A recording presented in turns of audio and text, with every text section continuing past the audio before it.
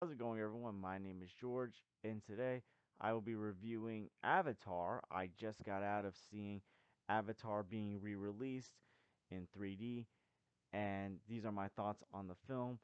And by the way, this will contain spoilers because this movie has been out for over 12 years now. It's going to be 13 years, I'm pretty sure, this December, but it's being re released to help promote the upcoming Avatar film, Avatar The Way of Water.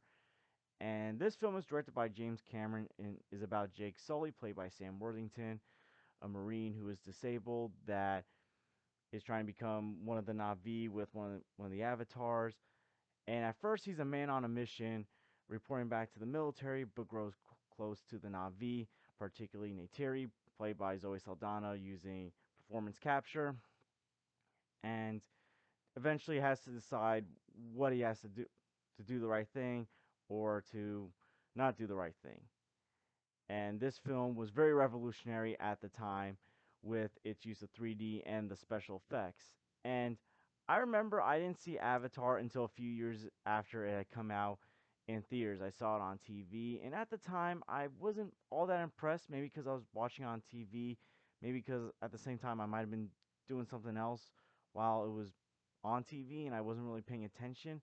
It wasn't until like a few years ago when I watched Avatar again before I went to Disney World because they have the new Pandora, the world of Avatar at Animal Kingdom, that I really paid attention to Avatar so I can get a better understanding before I went to this new section at Animal Kingdom. And I enjoyed it for what it was, but again, it felt longer because you had those commercial breaks, although this is a movie that's over 2 hours and 40 minutes, so that doesn't help as well.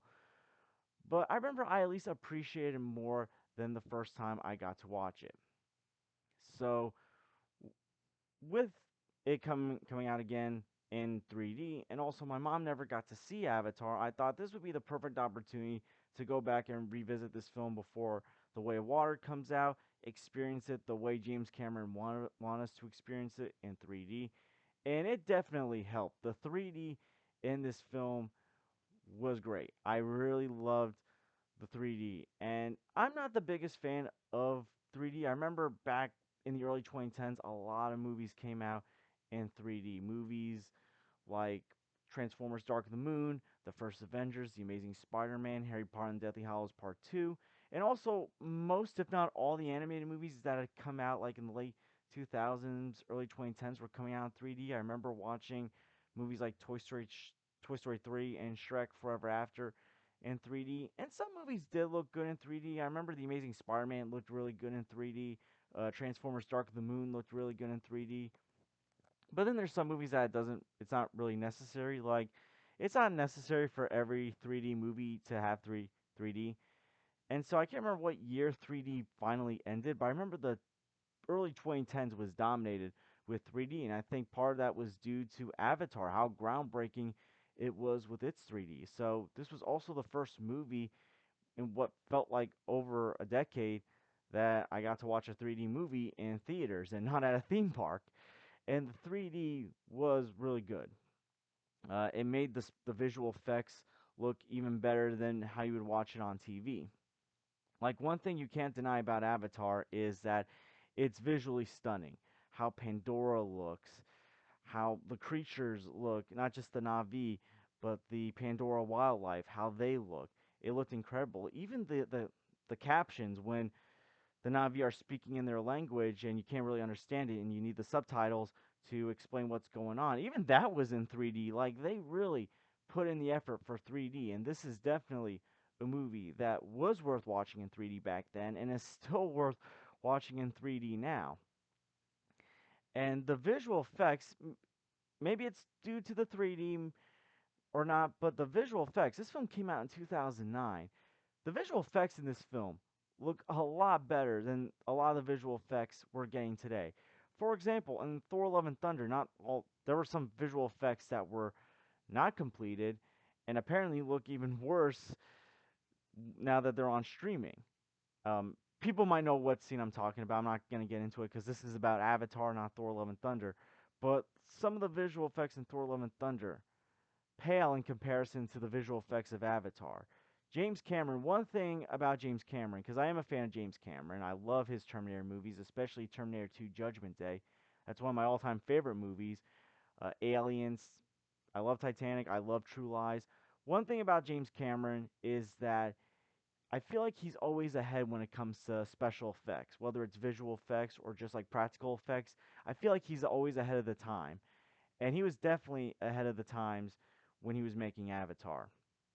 Like these visual effects from 2009 are way better than some of the visual effects we're getting in 2022, 2021. And maybe part of that's due to the pandemic, but definitely he put in the effort. And now it makes sense why it's taken so long for Avatar The Way of Water to come out and why the other Avatar movies have been also taking a while as well because James Cameron's really putting the effort. He's trying to really make groundbreaking visual effects, groundbreaking effects, and it shows. And with Avatar, there's always been this love hate that I've noticed online. People say it's underrated, that it's overrated. It feels like a combination of both, in my opinion. As far as the overrated stuff, I get it. The story is predictable. Um, People are trying to get the resources away from the Na'vi because they're low on resources, since they consider the Na'vi to be savages because they're not human.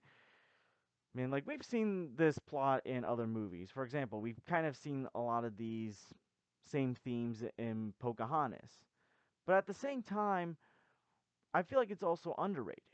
And not just for the visual effects, but also the character development, how these characters are played out, how Jake Sully is becoming one of the Na'vi, and how that turns out from being seen as this outsider to becoming one of them, to becoming very close to Neytiri, to Neytiri feeling betrayed by him and then welcoming him back later on. Like a lot of this stuff, like how it's played out, I feel like is believable and works pretty well in my opinion.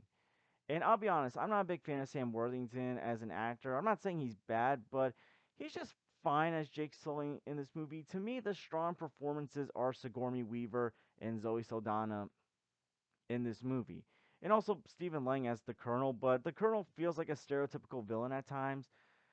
So even though he gives a very good performance, it's a stereotypical villain in my opinion.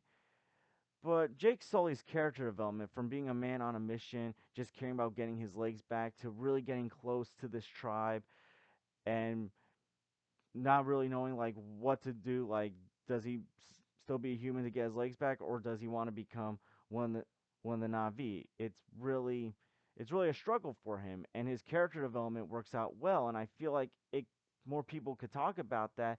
Maybe if Sam Worthington had given either a stronger performance or maybe another actor played the role, I don't know. Sigourney Weaver as Dr. Grace is probably the best human performance in this movie, in my opinion. I'm a big fan of Sigourney Weaver from classic movies like the Ghostbuster films and the Alien films, and she gives a strong performance in here as well. Zoe Saldana as Neytiri, the performance capture work, she's phenomenal in this film. I think she's the strongest performance in this film overall. But again, it's really the visual effects that is the best thing about Avatar.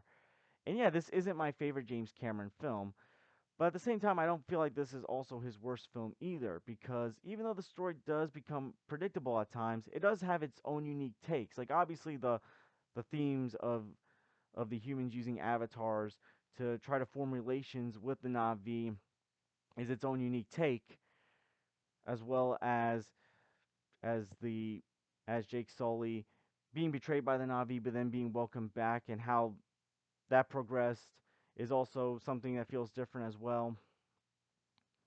But overall, I enjoy watching Avatar in 3D. I think the 3D looks fantastic. I highly recommend you go revisit it in 3D before it's done playing in 3D. The characters, like I said, the characters we it feels like we've seen some of these characters before in other things, but at the same time, there's some characters that are unique, but that's due to the performances that the actors and actresses give for those certain characters. The look of Pandora just looks fantastic, from the tree to the creatures. Everything looks great, and the action. So the third act is heavy action, and James Cameron is known for his action because, like I said, he directed the first two Terminator films. He directed Aliens, which was a much more action-oriented alien movie, and he also directed True Lies. I think people forget he made True Lies in the mid '90s. So James Cameron understands action, and while this may not be his best action, the action was enjoyable and worked out well. So overall with Avatar, I feel like the more I've rewatched this movie, the more I have liked it and enjoyed it. It's still not his best movie for James Cameron, but overall I enjoyed this movie and the 3D. I'm looking forward to seeing Avatar: The Way of Water, especially in 3D, and I can't wait to see what James Cameron does. And also stick around after the film because they are going to show a sneak peek of Avatar: The Way of Water.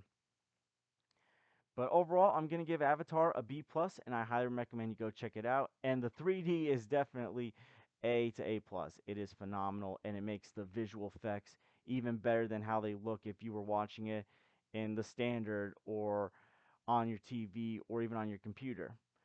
So, if you guys have seen Avatar, what do you think about Avatar? Do you find it overrated or underrated? And out of curiosity, are you looking forward to Avatar: The Way of Water? Let me know in the comments down below, and I want to thank you guys for watching.